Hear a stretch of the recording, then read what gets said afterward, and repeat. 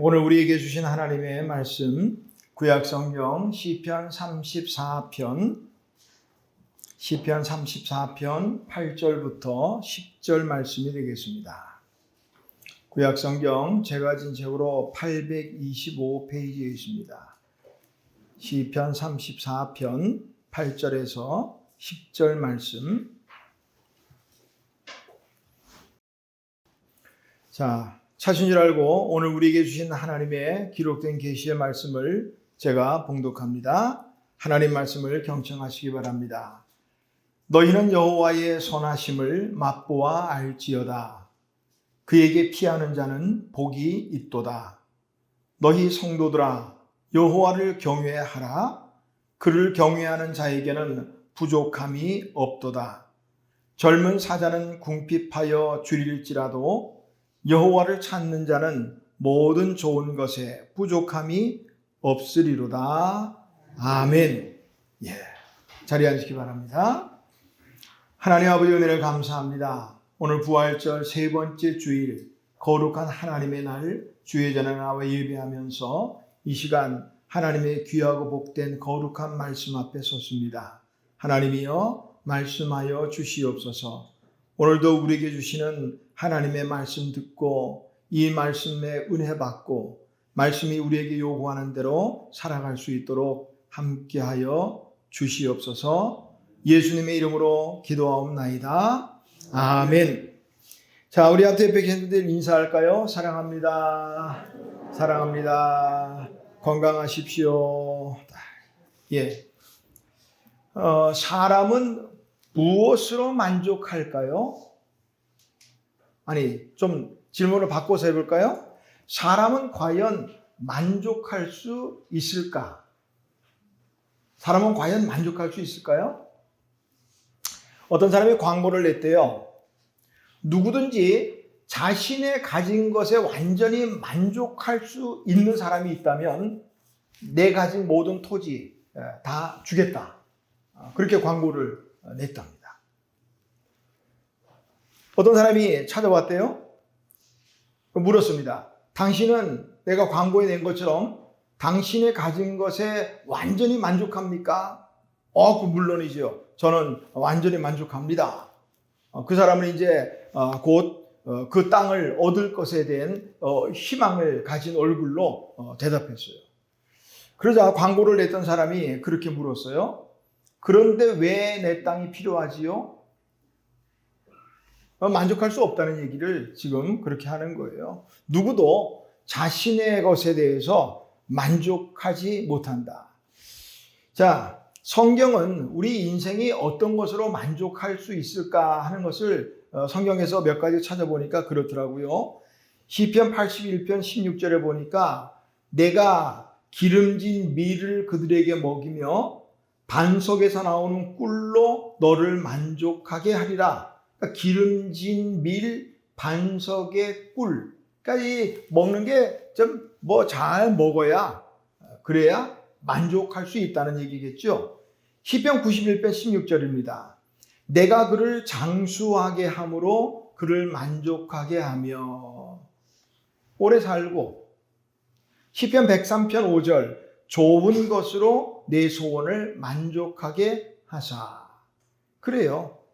기름진 밀, 반석의 꿀, 장수, 또 모든 좋은 것은 이런 것들이 있어야 인생이 만족할 수 있다. 그런 말을 하고 있죠. 그런데 오늘 읽은 우리 본문이 속해 있는 시편 34편은요. 이 만족과는 거리가 좀 멀어요. 자, 시편 34편 우리 본문에 속해 있는 시를 잠깐 들여다보면 34편 돼 있고 오른쪽에 보면 표제가 나와 있어요. 다윗이 아비멜렉 앞에서 미친 채 하다가 쫓겨나서 지은 시.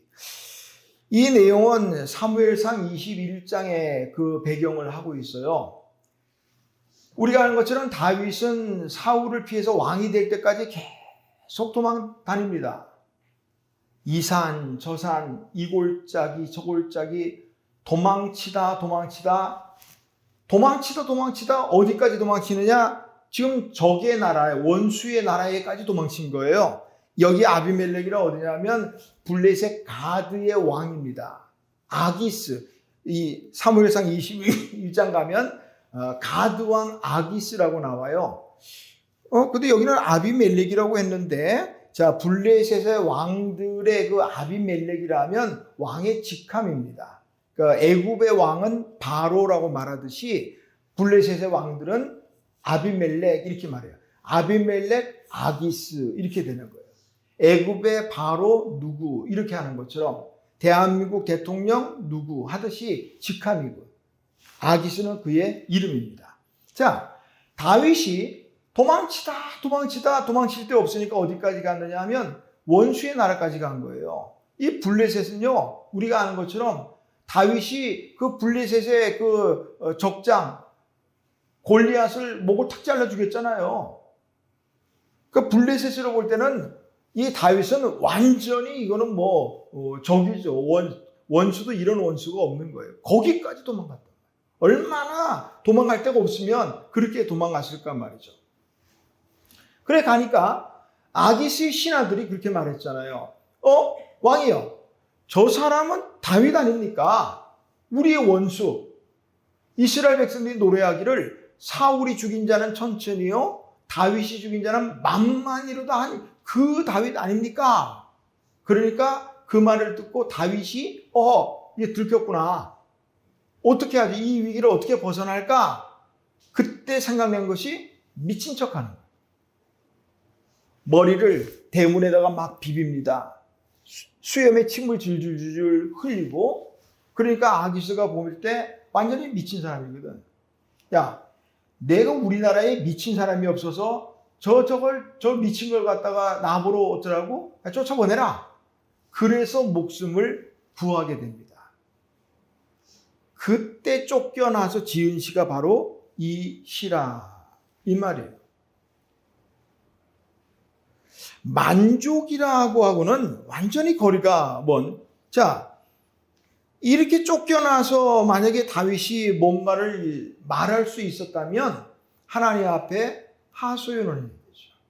불평과 원망을 해야죠. 하나님, 차라리 기름을 붓지 마시든지. 무슨 왕이 된다고 기름까지 부어놓고 이게 지금 뭡니까? 내가 이렇게 미친 척하고 침물을 이게 내가 목숨을 구걸해야 될 정도로. 그런데 다윗은 그러지 않았어요. 자, 1절 보니까 내가 여호와를 항상 송축하며 내 입술로 항상 주를 찬양하리이다. 2절 내 영혼이 여호와를 자랑합니다. 3절 나와 함께 여호와를 광대하시다 하며 그의 이름을 높입시다. 이렇게 나오는 거예요. 그리고 이제 오늘 우리가 읽은 본문의 말씀 보니까 8절 그에게 피하는 자는 복이 있도다. 9절 여호와를 경외하라. 그를 경외하는 자는 부족함이 없으리로다. 야, 제가 볼 때 미친 척하며 목숨을 구걸한 사람이 부를 노래는 아닌 것 같아요. 그런데 다윗은 이렇게 하나님을 찬양하고 있다는 거예요. 어떻게 이런 상황 속에서도 다윗은 하나님을 찬양할 수 있었을까? 이런 상황 속에서도 도대체 그 비결이 어디에 있을까? 어떻게 하면 우리가 하나님만으로, 오늘 제목처럼 하나님 한 분만으로 우리는 만족할 수 있을까? 배부르고 등 따쓰고 오래 살고 모든 좋은 것이 다 돼서가 아니라도 이런 상황에서도 어떻게 하면 하나님을 만으로 만족할 수 있을까? 적어도 우리가 분명한 거는요, 우리 가진 어떤 소유가 우리를 만족하거나 행복하게 하지는 못한다는 거예요. 또 옛날 얘기 한번 하면요. 자, 6.25 전후에, 6.25 전쟁 이후에 우리나라 1인당 국민소득이요, $70였습니다. 지금 동남아 웬만한 나라보다 다 못 살았어요. 그때 당시 우리나라가 유엔 가입국 190여 개국 중에 끝에서 두 번째, 세 번째였으니까요. 실감이 안 날 거예요. 저도 잘 모르니까. 저는 전후에도 한참 뒤에 태어났기 때문에 6.25 전쟁 바로 후에 얼마나 못 살고 얼마나 배고팠는지 잘 모릅니다. 자, 그런데요, 지난 2022년 우리나라 1인당 국민 소득이 얼마냐? 33,500달러입니다. 배수로 계산해 보니까요, 470배 성장했어요.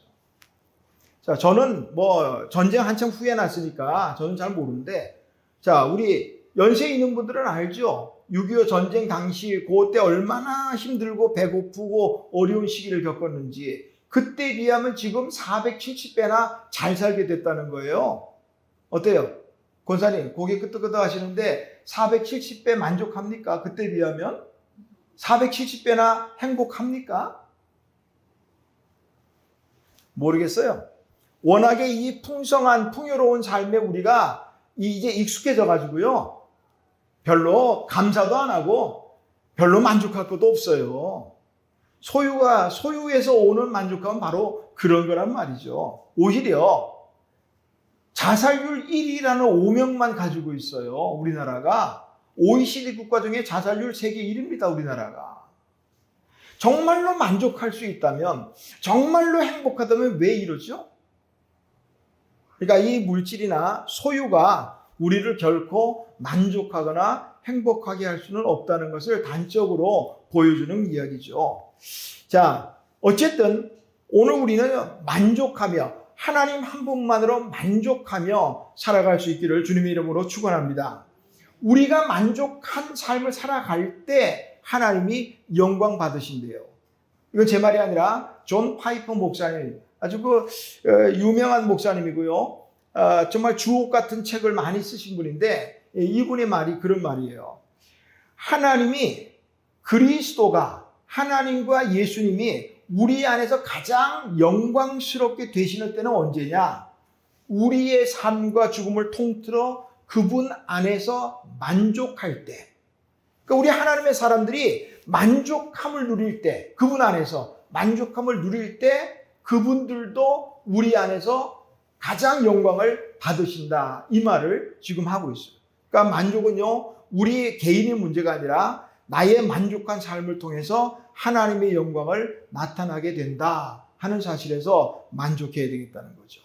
자, 오늘 본문 9절과 10절 말씀에 두 번에 걸쳐서 부족함이 없도다. 부족함이 없다는 말은 좀 부정적인 측면에서 말이에요. 긍정적으로 바꾸면 만족하다라고 바꿀 수 있겠죠. 하나님 한 분만으로 만족하게 된다. 자, 이를 위해서는 우리가 어떻게 해야 될까? 그 부분을 우리가 생각해 보렵니다. 자, 하나님 한 분만으로 만족하기를 원한다면, 오늘 뭐 너무 간단하게 나와 있잖아요. 하나님을 경외하라. 하나님을 경외하라. 오늘 다윗을 통해서 말씀하고 있습니다. 자, 우리가 먼저 기억해야 될 것 한 가지는요, 하나님은 우리를 만족하게 하실 수 있다는 거예요. 또 하나님은 우리를 만족하게 하신다는 거예요. 성경의 많은 곳에서 이 부분을 증거하고 있어요. 자, 시편 63편 5절에 보니까 다윗이 이렇게 노래했습니다. 골수와 기름진 것을 먹음같이 나의 영혼이 만족할 것입니다.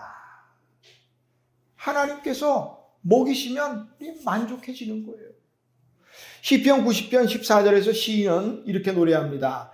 아침에 주의 인자하심이 우리를 만족하게 하사 우리를 일생 동안 즐겁고 기쁘게 하소서. 하나님이 우리를 함께 하시면요, 만족한 인생이 되고 일생을 기쁘고 즐겁게 살 수 있다는 말이죠. 이사야 58장 11절에서 이사야 선지자는 이렇게 말합니다. 여호와가 너를 항상 인도하여 메마른 곳에서도 내 영혼을 만족하게 하며 내 뼈를 견고하게 하리니 너는 물된 동산 같겠고 물이 끊어지지 아니하는 샘 같을 것이라. 하나님이 함께 하시면요, 우리 인생이 육신만 만족한 게 아니라 영혼도 만족해진다. 어떤 것처럼? 물된 동산처럼, 물이 끊어지지 않은 샘처럼 만족한 인생을 살아간다. 자, 인생을 만족하게 하시는 분은 하나님이심을 믿으시기를 주님의 이름으로 축원합니다. 지난 주일의 설교 혹시 잠깐 기억을 더듬어 볼까요? 아름다운 인생에 대해서 말씀을 드렸고요. 그 아름다운 인생의 비결 가운데 하나는 하나님과 친밀한 관계에 있을 때 인생이 참 아름답다 말씀을 드렸습니다. 하나님과 친밀한 관계. 그럼 하나님과 친밀한 관계가 되려면 어떻게 해야 될까? 혹시 기억나실까요? 하나님을 경외하라. 그 말씀이었습니다. 여호와의 친밀하심이 그를 경외하는 자들에게 있으며 하나님을 경외하는 자들이 하나님과 친밀해질 수 있다. 자, 하나님을 경외한다. 오늘 또 한 가지 생각해 볼까요? 하나님을 경외한다는 것이 지난번에는 하나님과 친밀한 관계가 되는 것을 말씀드렸고 또 야레라는 그 단어는 하나님을 두려워하는 것. 그러나 이건 단지 그냥 무서운 공포의 하나님이 아니라 거룩한 두려움을 말씀드렸었습니다. 자, 오늘 한 가지 더. 하나님을 경외한다는 건 또 어떤 것이냐? 하나님을 경외한다는 것은요, 악을 미워하는 것이다. 자, 잠언 8장 13절에서 이렇게 말씀합니다. 여호와를 경외하는 것은 악을 미워하는 것이니라. 나는 교만과 거만과 악한 행실과 패역한 입을 미워하느니라. 지난주에도 말씀드렸지만 하나님을 경외한다는 것을 우리가 논리적으로 설명하기는 참 쉽지 않은 이야기지만 그러나 대략의 뜻을 우리가 짐작은 해요. 자, 하나님을 경외하는 사람과 경외하지 않는 사람의 분명한 차이 중에 하나는 오늘 악 혹은 죄와 관련해서 알 수 있어요. 하나님을 경외하는 사람은요, 죄와 자주간 불편해져야 돼요. 응? 우리가 작든 크든 간에 어떤 죄를 짓든 그 죄를 짓고 나면요, 마음이 불편해져야 돼요. 괴로워야 돼요. 그리고 또다시 내가 육신이 연약하여 이렇게 또 범죄하였나이다. 이런 일 때문에 자신이 미워져야 돼요. 이게 하나님을 경외하는 사람의 특징이에요. 그러나 하나님 경외하고 거리가 먼 사람들은요, 그렇지 않잖아요. 죄에 대해서 불편하지 않아요. 우리 지금 일어난 수많은 그 사건과 사고들, 우리 지난 수요일도 기도했지만은 그 전세 사기로 지금 수천 명을 지금 힘들게 만들고, 벌써 3사람이나 스스로 목숨을 끊게 만든 그런 일들을 하는 사람들을 그 마음이 정말 그 일들 때문에 마음을 불편해 할까요? 불편해 했다면 안 그랬겠죠. 그런 사람들은 마음이 불편하고 괴로워할 시간이 오히려 어떻게 하면 더 완벽하게 범죄를 저지를 수 있을까? 그거 계획할지도 모르잖아요. 이게 하나님을 경외하는 사람과 그렇지 않은 사람의 분명한 차이입니다. 하나님을 경외하는 사람은요, 죄가 너무너무 미워지는 거예요. 자신이 범죄를 하거든 크든 작든 간에 불편해지는 거예요. 우리가 쉽게 할 수 있는 거, 예를 들어서 주의를 범했다. 주의는 범하는 거예요, 이건요. 하나님은 분명히 하나님의 나를 기억하여 지키라고 말씀하셨기 때문에 주의를 범했다. 마음이 불편해져야 돼요. 하나님의 나를 하나님께 시간을 드리지 않고도 너무너무 편하고 재밌었다. 오늘 정말 행복한 하루였어. 그렇다면 뭔가 문제가 있는 거예요. 하나님의 사람들은요, 어쨌든 간에 그 작은 죄를 인해서도 마음이 싹 불편해요. 괴로워야 돼요. 또 이렇게 죄에 넘어진 나 자신을 미워져야 돼요. 그게 하나님을 경외하는 사람이에요. 스스로를 한번 돌아보시기를 원합니다. 나는 정말 얼마나 하나님을 경외하는가. 이 죄에 관련해서 본다면 나는 얼마나 얼마나 죄를 미워하는가. 이 죄로부터 누구나 자유로울 수 있어요. 그러나 또다시 넘어져 버린 나를 바라보면서 내가 얼마나 연약한 존재이고 나쁜 사람인가 하는 것들을 생각해 볼 수 있어요. 그것이 바로 하나님을 경외하는 사람. 우리가 아는 솔로몬은요, 그 지혜에 관해서는 전무후무, 옛날 개역 성경은 전무후무라고 표현을 했어요.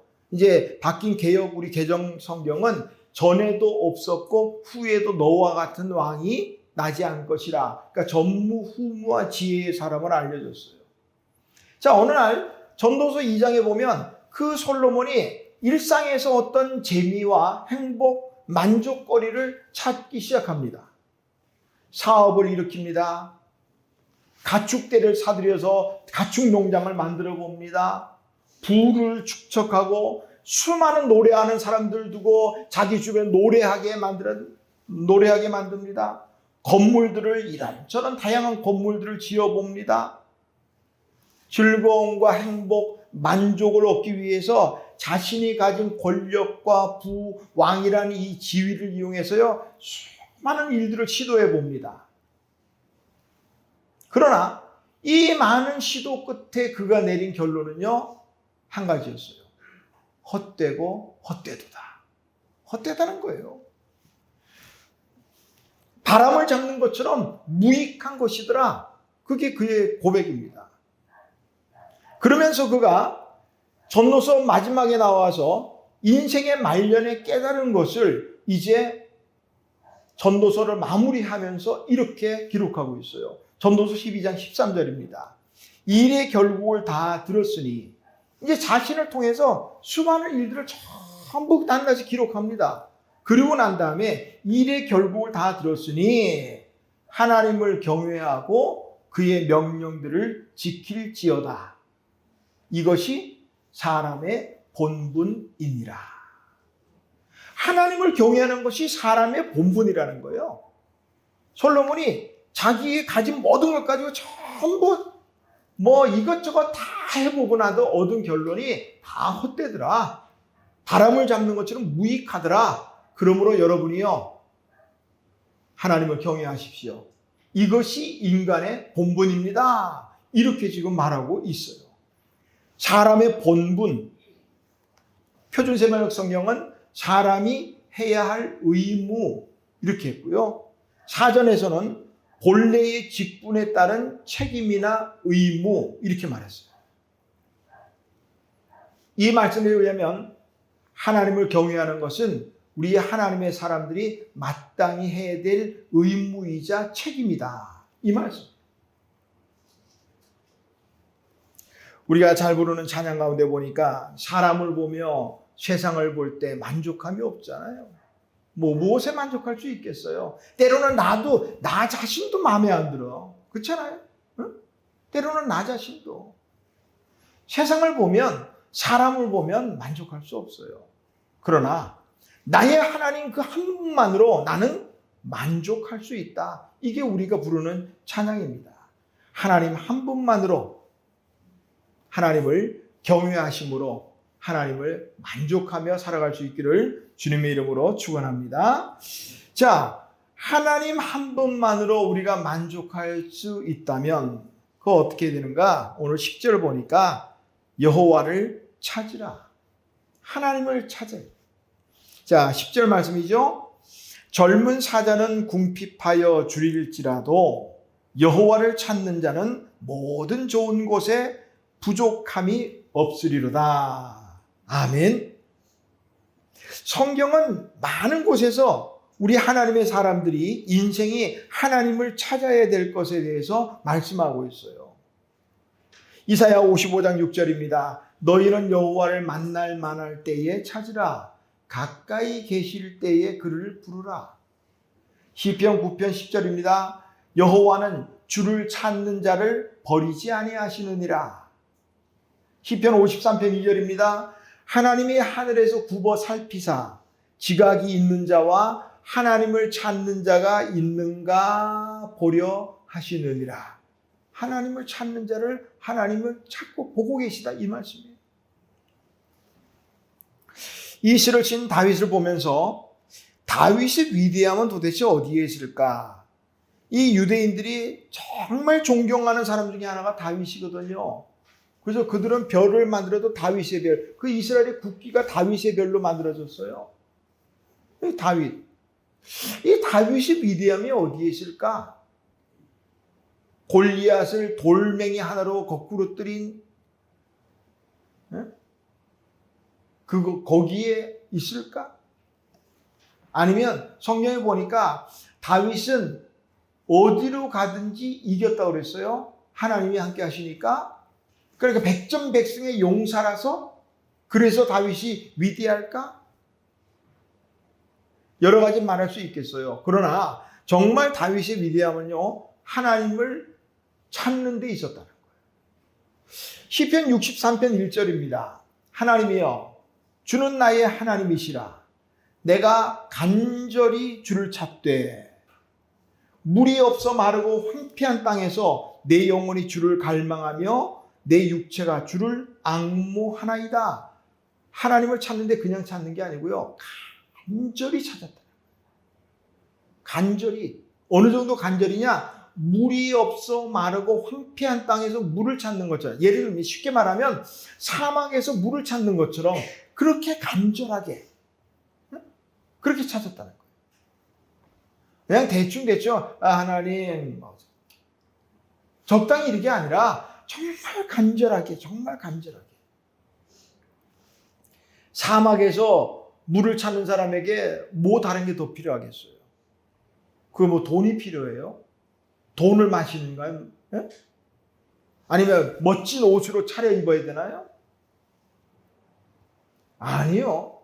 물이에요. 오직 물이에요. 사막에서 목마른 사람에게는 오직 물. 돈이고 뭐 옷이고 명예고 다 필요 없어요. 오직 물입니다. 시편 42편 1절에서도 고라 자손이 쓴 시에 보니까 그렇더라고요. 하나님이여, 사슴이 시냇물을 찾기에 갈급한 같이 내 영혼이 주를 찾기에 갈급합니다. 사슴이 시냇물을 찾는 것처럼 목마른 사슴에게 그 아름다운 꿀이 무슨 소용이 있어요? 오직 물이 필요하죠. 정말 우리가 하나님만으로 만족하기를 원한다면 우리 하나님을 갈급하게 간절한 마음으로 찾아야 된다는 거예요. 자, 그럼 하나님을 찾는다는 게 뭐냐? 하나님하고 뭐 숨바꼭질 할 일이 있어요? 하나님을 찾는다는 건 뭐냐? 하나님을 의지한다, 이런 거죠. 인생은요, 누구도 혼자 살 수 없어요. 저 유아실에 지금 뭐 찬양이 권영이 있지만 우리 인생이 다 어릴 때는요, 어떻게 살아요? 저 조그만 거 하면 놔두면 혼자 절대 못 살아요. 부모의 도움. 그러니까 우리가 날 때부터 마지막 순간까지 끊임없이 누군가의 도움, 다시 말하면 누군가를 의지해서 살 수밖에 없다는 거예요. 그래서 한자의 사람 인자는 어떻게 생겼어요? 이렇게 생겼잖아요. 누군가 받쳐줘야 되는 거예요. 누군가 의지해. 이게 사람인 거예요. 혼자서는 설 수가 없어요. 누군가에 의지하고. 우리 가운데 만약에 나는 뭐 혼자 될 수 있어. 혼자도 충분해. 아무도 필요 없어. 혹시라도 그런 생각을 가진다면 그 사람이 여기에 사실은 앉아 있을 필요가 없죠. 하나님도 필요 없고 다 필요 없는데 뭐 여기 앉아 있어요. 여기 앉아 있는 사람들은 어떤 사람들이냐? 하나님이 절대적으로 필요한 사람들만 여기 앉아 있는 거예요.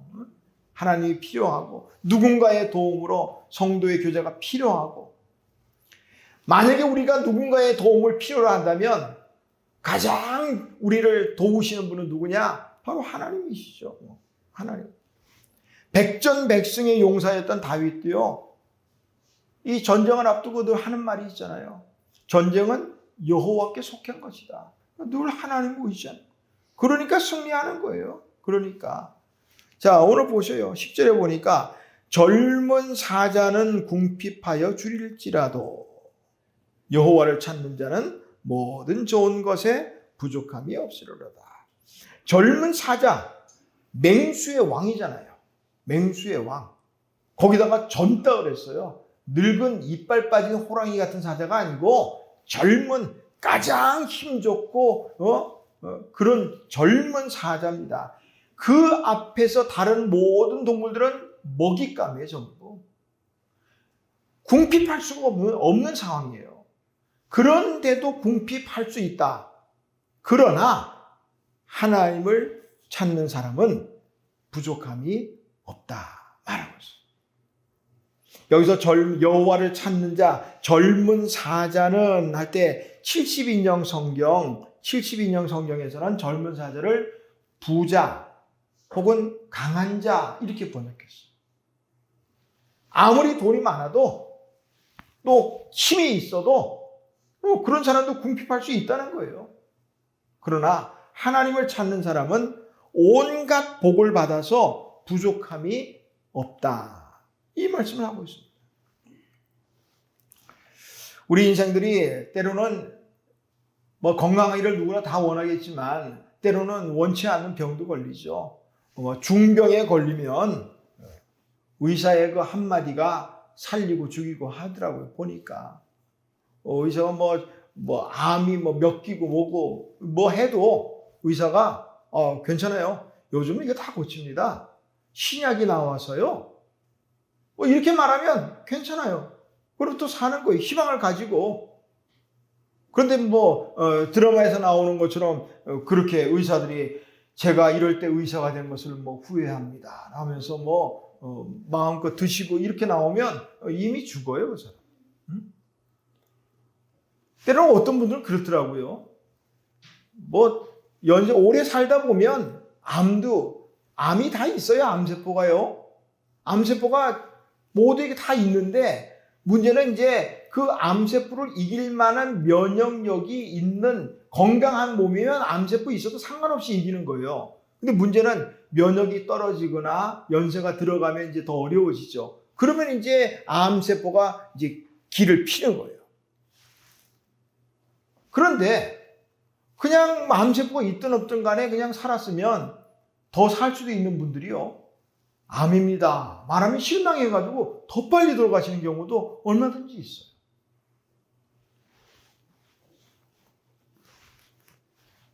하나님은 그런 병들에서도 고치시는 분이다. 그래서 그때 하나님의 이름을 여호와 라파 이렇게 말합니다.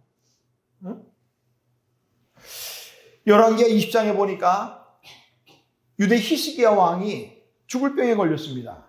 성경에는 그가 어떤 병에 걸렸는지는 기록하고 있지 않습니다만은 하나님이 이사야 선지를 통해서 히스기야에게 말합니다. 너 그 침상에서 못 내려온다. 너 죽는다. 그러고는 돌아서 와버려요. 가타부터 얘기도 없어요. 열왕기에 보니까 네가 무슨 죄를 져서 어떻게 하고 회개하고 아무 말도 없어. 그냥 넌 그 침상에서 못 내려온다. 그리고 나와. 그런데 히스기야가요, 그 말을 듣고 난 다음에 어떻게 했느냐? 즉시로 낯을 벽으로 향하고, 면벽, 벽으로 향하고 하나님 앞에 기도합니다.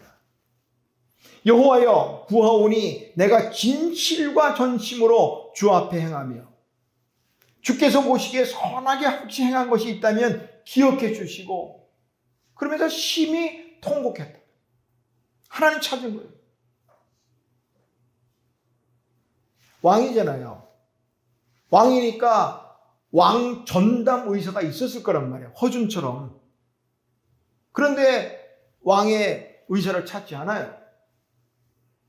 이사야 가랭이 붙잡고 늘어지지 않습니다. 이 일이 하나님으로부터 온 걸 알거든요. 하나님 앞에 엎드린 거예요. 하나님 찾는 거예요. 그랬더니 하나님이 이사야가 왕궁을 나와서 성을 다 빠져나오기도 전에 다시 돌려 세웁니다. 가서 말하라 말이죠. 응? 내가 네 기도를 들었고 내 눈물을 보았노라. 그래서 생명을 15년을 더 연장시켜줍니다. 하나님은 하나님을 찾는 자, 기도하는 모든 자에게 좋은 것을 주시는 분이시라. 치료만 하시는 분이냐? 그렇죠. 여호와 니시라는 이름도 있잖아요. 승리하시는 거예요. 하나님 찾으면, 하나님만 등에 업으면 승리하는 거예요. 뭐가 부족합니까? 여호와 이레의 하나님을 등에 업으십시오. 하나님께서 모든 것을 다 준비하실 것일 줄로 믿습니다. 이처럼 하나님만 찾으면 그는 하나님 한 분만으로 만족하게 될 줄로 믿습니다. 자, 오늘 맥체인 성경 통독 113일차예요. 오늘 읽을 말씀들 주보에도 나와 있지만 레위기 27장, 시편 34편, 전도서 10장, 디도서 2장, 그리고 이 네 권의 책의 공통적인 주제는 신중함 이렇게 되어 있어요. 요거를 이제 연구하고 준비해 놓은 분들이 제목을 공통적인 주제를 신중함. 정말 하나님 한 분만으로 만족하며 살아가는 사람들의 삶 가운데 하나, 신중한 삶이 필요하다. 오늘 이 부분이. 하나님을 경외하며 하나님을 찾는 사람의 삶은 좀 더 신중해야 되겠어요. 우리의 입이 하고 싶은 말이 얼마나 많을까요? 그래도 신중하게 하자. 우리가 하고 싶은 일은 또 얼마나 많을까요? 또 해야 될 일은 또 얼마나 많을까요? 신중하게 하자는 거예요. 자, 디도서 2장은요, 사도 바울이 젊은 목회자 디도에게 교회 내에 있는 다양한 계층의 사람들, 다양한 부류의 사람들을 어떻게 가르치고 권면해야 될 것을 지금 가르치는 그런 장이 됩니다. 그러면서 2절에 보니까 늙은 남자로는, 이거 디도서 오늘 2장 혹시 읽어보시면 늙은 남자에게는 이렇게 저렇게 교훈을 해야 된다. 다음에 늙은 여자에게는, 젊은 여자에게는, 젊은 남자에게는 이렇게 나와요. 늙은, 혹시 뭐 성경에 보니까 늙은, 요즘에는 늙었다 그러면 또 듣기가 안 좋아서 어르신 그러는데, 또 성경에는 또 뭐 늙은이라고 표현해 놨으니까 그냥 편하게 그랬어요. 나이가 많은 우리 남자들 대해서는 절제하며 경건하며 신중하며, 이제 권면해야 될 것들, 교훈해야 될 것들을 이렇게 말씀하고 있어요. 그다음에 3절에서 5절에 보면 늙은 여자로는 행실이 거룩하며 모함하지 말며 많은 술의 종이 되지 아니하며 선한 것을 가르치는 자들이 되고 그들로 젊은 여자들을 교훈하되. 그러면서 이 젊은 여자들을 어떻게 가르쳐야 될까? 그들로 젊은 여자를 교훈하는데 그 남편과 자녀를 사랑하며 신중하며 순전하며 집안일을 하며 가르치라는 거예요. 그리고 마지막으로 젊은 남자들에게는 너는 이와 같이 젊은 남자들을 신중하도록 권면하되. 그러니까 모든 계층에요, 좀 교훈해야 될 부분들이 절제, 뭐뭐 나옵니까? 사랑하며 순전하며 집안일을 하며 경건하며 쭉 말하는데요, 공통적인 게 있다면 신중함을 가르치라는 거예요. 물론 직접적으로 늙은 여자들에 대해서는 신중함에 대해서 나오지 않지만 보세요. 젊은 여자들을 교훈하는 게 늙은 나이 많은 우리 여자분들, 오늘 말하면 뭐 권사님 정도 되는 분들에게는 젊은 우리 여자들에게, 젊은 여자 집사님들에게 교훈할 게 있는데 뭐냐? 그들로 하여금 남편과 자녀를 사랑하게 하고 신중하게 하고, 신중하게 할 것을 가르칠 입장에서 신중하지 않겠어요? 그러니까 이 보면 모든 어떤 계층, 다양한 부류 모두에게 공통적으로 들어가는 말이 신중해야 된다. 신앙생활을요, 우리 삶도 마찬가지고 신앙생활도 그렇고 신중해야 돼요. 신중하다 여기에 해당되는 소프로나스 하는 헬라어는요, 분별력이 있는 혹은 사려가 깊은 이런 말. 그러니까 하나님 한 분만으로 만족하며 살아갈 수 있는 사람들의 삶 가운데 하나는 정말 사려 깊은 신중한 삶이 필요하다.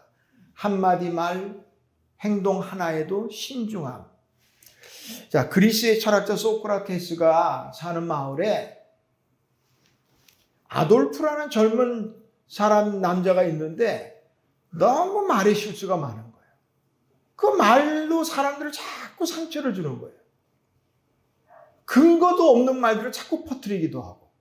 소크라테스가 요즘 교훈을 좀 해야겠는데, 어느 날 소크라테스가 이제 나무 밑에 쉬고 있는데 마침 아돌프가 이제 올라오는 거예요.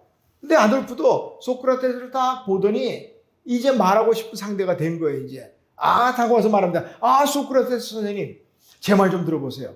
글쎄, 윗마을에 사는 필립이 무슨 일을 저지른지 아세요? 세상에나, 그 착한 줄 알았는데. 이렇게 시작하니까 소크라테스가 잠깐, 먼저 이야기하기 전에 좀 체에 거르자. 세 가지 체에 걸러서 이야기해 보세요. 첫 번째 체는 사실에 근거한 것이냐, 사실, 진실이라는 채다. 자, 자네가 지금 하려는 이야기가 사실인가? 증명할 수 있는가? 그랬더니 아돌프가 하는 말이 그건 아니고 저도 전해 들은 소리입니다. 카더라 통신, 쉽게 말하면 카더라. 자, 소크라테스가 다시 두 번째, 그리고 이번 두 번째 채를 사용하세요. 두 번째 채는 선이라는 것일세. 자, 자네가 지금 내게 하려는 그 말은 좋은 이야기인가? 그러니까 아돌프가 좋은 이야기는 아니고요. 이렇게 나온 거예요. 자, 그럼 마지막 세 번째 채일세. 세 번째 채는 자, 자네가 지금 나에게 하려는 이야기가 정말 꼭 필요한 이야기인가? 그랬더니 아돌프 말이죠. 꼭 필요한 건 아니고요. 할 필요 없는 말이었어요. 사실 여부도 증명도 안 된 그런 말들, 좋지도 않은 말들을 그냥. 그러자 소크라테스가 미소를 지으면서 말했다는 거예요. 사실인지 아닌지 확실하지도 않고 좋은 이야기도 아니고 필요한 것도 아니고 그럼 할 필요가 뭐가 있을까? 그랬다는 거죠. 우리도 만약에 어떤 말을 해야 된다면 좀 요렇게 좀 해봤으면 좋겠어요. 이 말이 사실인가 아닌가. 누군가 사람이 전해 들은 말들은요, 전달될 때마다 자꾸 불어나거든요. 없는 말도 지어내고요. 어떤 사람이 조금 아파서 어떻게 되는데 나중에 가면 죽어요. 이렇게 되면 안 된다. 사실인지 확인해보고. 그 얘기가 정말 좋은 이야기인가. 요즘 그렇잖아요. 우리 옛말에도 사람이 좋은 이야기도 3번 들으면 질린다 그랬는데 좋지도 않은 얘기를 계속 해보세요. 좋지 않아요. 정말 꼭 필요하지 않다면. 자, 왜 우리가 말 한마디에도 행동 하나에도 이렇게 신중하게 해야만 할까? 그 이유를 디도서 2장 5절 하반절에서 바울은 이렇게 말합니다. 이유를 말하는 거예요. 하나님의 말씀이 비방을 받지 않게 하려 함이니라. 우리의 잘못된 성급한 말 한마디 한마디가 하나님을 비방하게 된단 말이에요. 하나님의 영광을 우리가 나타내지 못하더라도 하나님을 비방하게 해서는 안 되잖아요. 신중한 삶이 필요하다 하는 거죠. 자, 셰익스피어의 그 희곡 가운데 헨리 6세라는 희곡이 있는데요. 이런 대사가 나와요. 나의 왕관은 머리에 있지 않고 나의 가슴 속에 있도다. 왕관의 장식품은 다이아몬드가 아니라 보이지 않는 보석이다. 나의 왕관은 만족이라 불리우는 관. 도대체 몇 명의 임금이 이 왕관을 써보았을꼬. 헨리 6세 참 멋진 사람이네. 자신의 왕관은 만족이라 불리는 왕관이라는 거예요. 도대체 왕들 중에 이 만족이라는 왕관을 몇 명이나 써봤을까? 이런 말하는 거예요. 헨리 이전이든 이후에든 수많은 왕들이 왕관을 쓰고 벗었을 텐데 정말 만족이라는 왕관을 쓴 사람은 얼마나 있을까? 오늘 하나님 한 분으로 만족하시는 줄 믿습니다. 그렇다면 우리 왕관 하나 쓴 거예요. 만족이라는 왕관 쓴 거예요, 지금. 이번 한 주간 하나님 한 분만으로 만족합니다는 만족의 왕관 쓰고 이번 한 주간 승리하시기를 주님의 이름으로 축원합니다. 네. 하나님 아버지 은혜를 감사합니다. 사람을 보고 세상을 보면 만족할 것이 없지만 그러나 우리 하나님의 사람들은 하나님 한 분만으로 만족합니다. 아멘. 하나님 이번 한 주간도 하나님 한 분만으로 만족하며 승리하며 살아가게 하옵소서. 예수님의 이름으로 기도하옵나이다. 아멘.